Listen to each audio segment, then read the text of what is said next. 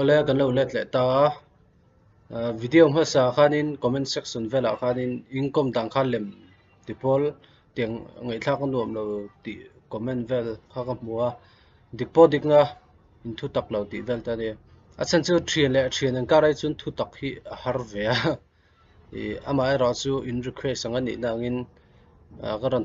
thu tak chonga changtlung deuh te pon kan la ti chonga tuna kan kom tur hi Paragon-a nia battle rapper underground deuh mai ni kol ngal mai ang man angem o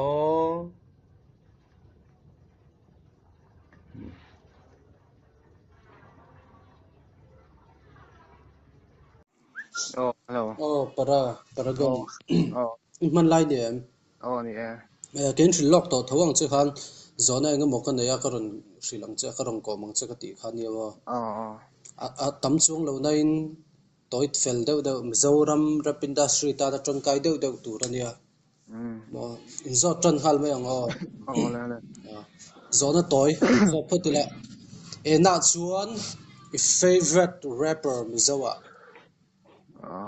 Favorite rapper Mizowa. Oh,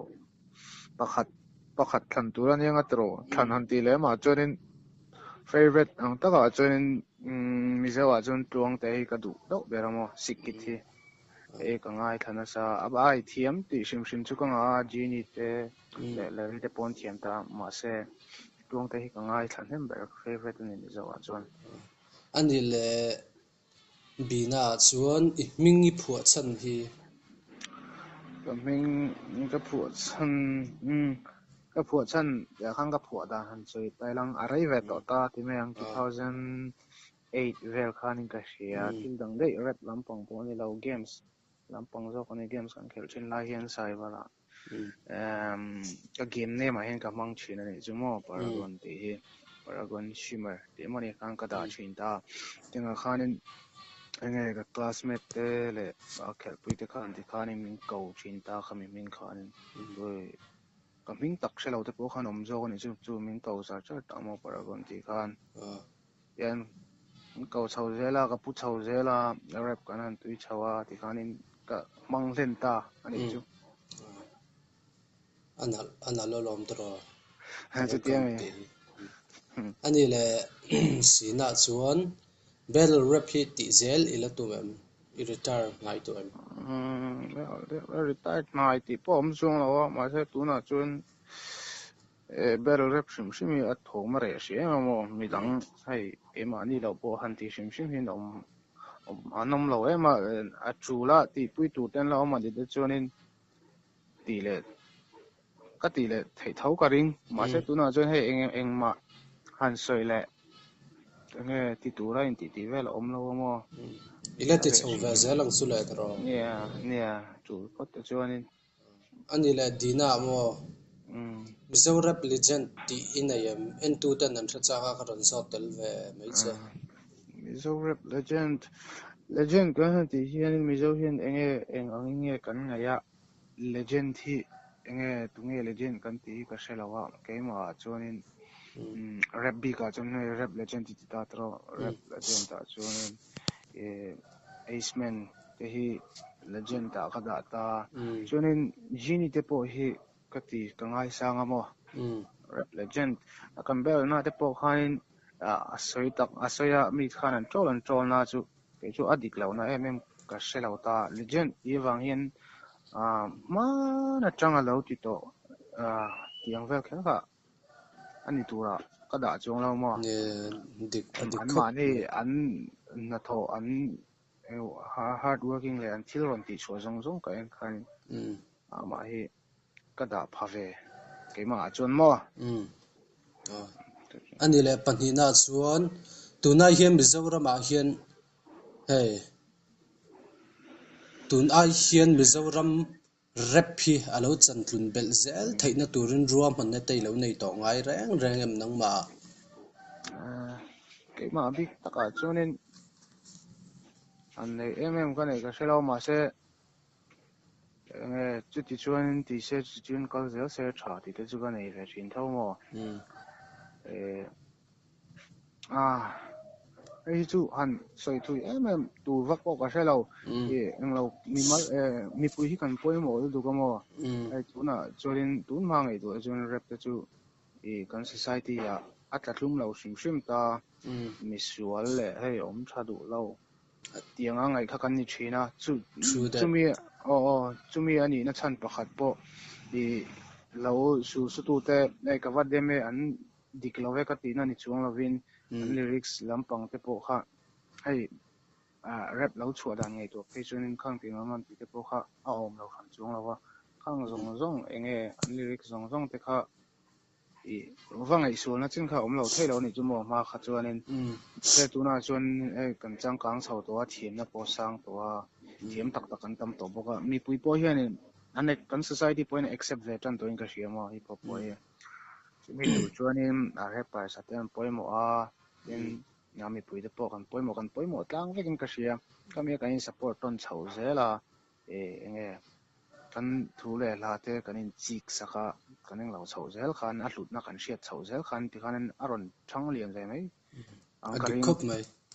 ingai dan chu ani le pathum na chuan rep ro ro wa content thale technical taka kal anom thang ta dro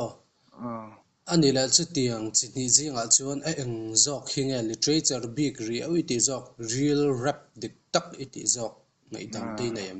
ta khan real rap literature big real ti zok a zok ang zong chuanin ka hrelawa ka ngai dana chuanin hemi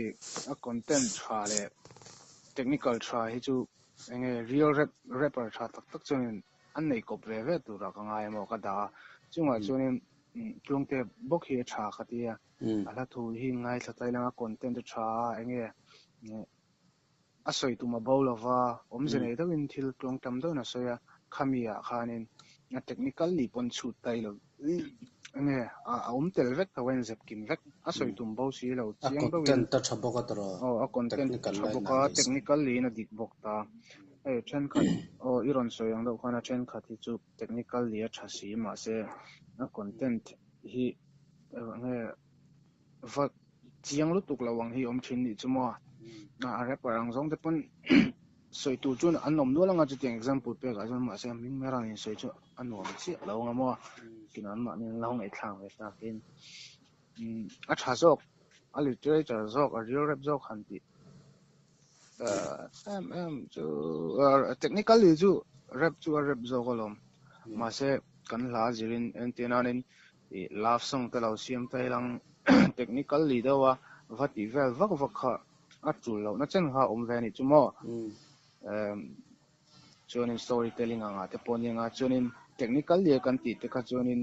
enge story full deuh kha ani thei lo ta ani thei tho bok ta tu kher lo ta kan la zir zel te po khan yanga chunga chuanin englo hian ka khai khom tlong te a hian mo bokana yang Zawhna ka chang em mo ka hello ma sai sa thiam tho chang fu khop mai palina kal lengo hey mitin deuh tho hian lar khel hi an sel fur chunia underground rappering ti si ma se lar deuh anom tho sia mi hriat du lo chu tam tak zinga tlem ten niang ngoro lo ko in len kan nei lo na da han soi thale lo mai palina chun mitin deuh tho hian lar khel hi an sel fur chunia underground rappering ti si ma se lar deuh anom tho sia mi hriat du lo chu tam tak zinga tlem ten niang UG kan ti te pon sumlak lu nan lar chu an du fur thawanga ani si chuan lar khel hi aswal hran lo itiam nge lar khel mi asilawa lar tho dante a omini hrian ni tro lar khel hi kan khel na sa khopa to la chuanin tu mai hian in lar khel ni kan du mi lo ma se aruk tak chuan kan khel ru fur deuh vekin ka hria ma se kan vai chuanin chung lawa khel mi lo le lar chang mi lo te pona ma hei amateur do ti te pona ma an mani tuina len hobby ni wang shim ti te pona om ta an tina hei leri anga te po an nianga ni chu an thiam lu tuk ta lar an khel mi lawang ma se an skills in avor lar lo thei lo ni mo tlung te pon yang chu lar chuanin UG kan han ti hianin underground kan han ti hian Mizoram a chuanin kan lak dan anga chuanin tianga music video te vasiam lova i enge aruk dawa tiang si UG nga kan ngai chuani mai ta he lama ke ma ni ngai dana chuan ani na taka chuanin UG vek underground vek kan nia ka vai kat kan soi ho to khamo yang han adik kha duang chuan lar khel chu kan va soi thei om lo mi nang khel du ni chuan khel se a du lovin khel lo se ni me ta i kan skills kha chu ke ma ni min choi sanga min dan nge min choi sang lo tu ani thau thau don kan skills ber khamo chuni chu ni dau mai mani khan pawimawh ta khan po ma ni kan pawimawh ani le parukna lut lewa Mm. rabbi fi ashisel antia ise thonga ani chuan ashisel dan kongthum tal min hril thei ngam rabbi fi ashisel nakong ashisel hantia khan a thwa ka ti ve na chumo rabbi fi a competitive e tia mani ti tia tia kal top ai chuan a thwa lo ka ti na ni lovin chu po chu bifa om te hianin competition a sanga min miron dista se bifon cha chhuak ta se khami khan keima challenge na sada wasiam ta ani ai tha ron ti kha katumanga ani ai ka thok rimanga ani an ka ngai to na ka seng tamanga chu tiang bok chuanin ani po chuan na ron ti vele don ta ni khanga tak khanin ai mi nge thule la mi zo tong English po ni se ai thule rilin mi mal tin khanin kan beidon ni kan thokrim don ni mo mi beef om hianin keimani enge nasale zola thorim na te min pe chu a tha khati mo competition om hianin a tha enge ma po kan son chak khop mai ani le pasari na lut lewa hlathu hi engtiang angarei ngai zia thin hei izia dan kal manga tong hian repar dang hriat tir tur poimo ti deuh tui nei ai nang lawa a then hi chu hei mut deuh om ta ama ka tum lo em po ni lo ril ru ron lut emo music beat ka ngai tha kha ron lut deuh zung zung ang te hi om ta ni ni khata han zia zo mai te po ka nei ta a then hi chu ka feel har ka ti deuh ma se siam ka du si chiang te poi om ta ri fe fe an khel ve te po ka nei ta mo enge ti mai lang ka zia tan te ka chuanin inzir kan ne tuna po inzir kan la ni vek thau kala ni thau na chu ei ti mai te ang kan theang ang kan hriat chu ang kan ziak chuak ve ta kan ti zung zung ta ni tuna chuanin mani to ka kan lo du tui ve to ril ruwa ron lang le kan zia chu ang hi kan enge kan manghal hre ve ni ka manghal hre ve thina mo hei ka ngai to chuak ta enge mani du tuina lo ma chumi chu ti zo kilang chumi chun ti zo kilang ti na te lo ma han confirm mai lo kan zia sa po ni se han thai thiat le han ti le me kha ka nei thina mo chumi chuanin hun keima ati rei pha ka zia chung mo chumi chu ti me ang midang hre tan ti boka kan sei anga ve keima ngai dana chun chumi tur chu ani ka tin ni lovin ka ngai dana tha ka ti dana ni chu lyrics kan zia hianin du tuilang mani tok thawa du tuilang kan thu zia te chiari lang hei hianin om zia na yam sense ane sense cmm ti te mo multi syllabic rhyming kan seta rhymes na lutuk multi syllable rhyme na lutuk ma se hei hian thu so ya na yam om zia na yam ta atira ka soi le hela ka soi hi in connect na na yam ti vel kha chu ti lang mani to ka du tui lang ta chun thla tha moi le abon aron chuk thaya taring dikop mai lyrics come and go an tiang deuh hanin chu len pe hi ngai ema man mo lo ila mo ai voi khat siam zo to lyric zia zo to bi to om to pe chen anti mai chang hi om thri na mo ma se khang kan man mo lo hilang en non ilang du tui lang acha kati ani le atop na ber ka zo tang cho parit na tan oh atop ber tan chuan rapper ni tur hian enge poimo ber nang ma ngai dan bi ka rapper ni tu chuanin rap kha poimo ni mai ta zai chun rapper ani thei lo sin sima rapper tha ni tu chuan ti mai te ngo rapper tha ni tu chuanin taimak anga ya i taimak chuanin zau do huam ta le khachiar ani mo lak kan ngai thak pon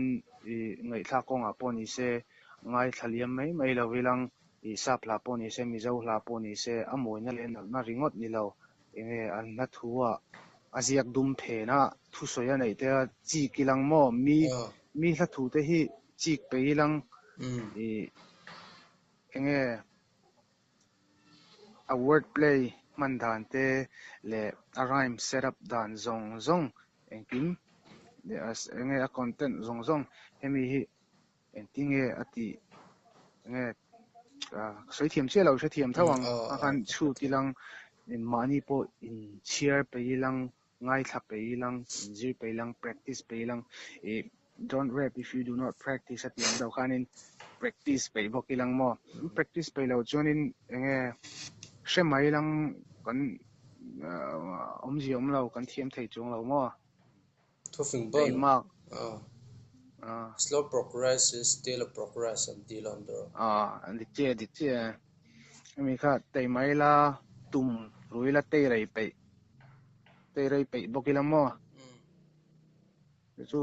dei mak na hi enga po poi mo ber ani mai tum ru na nen mo ani kha chang khat ni le phot se i hun min pe kal lom lut tu pa chuanin nakina ta po pot khai sang tak ta pon kan lat ti chho le zel tu ranga yang ni ala fun lom de win bang don ni ala po la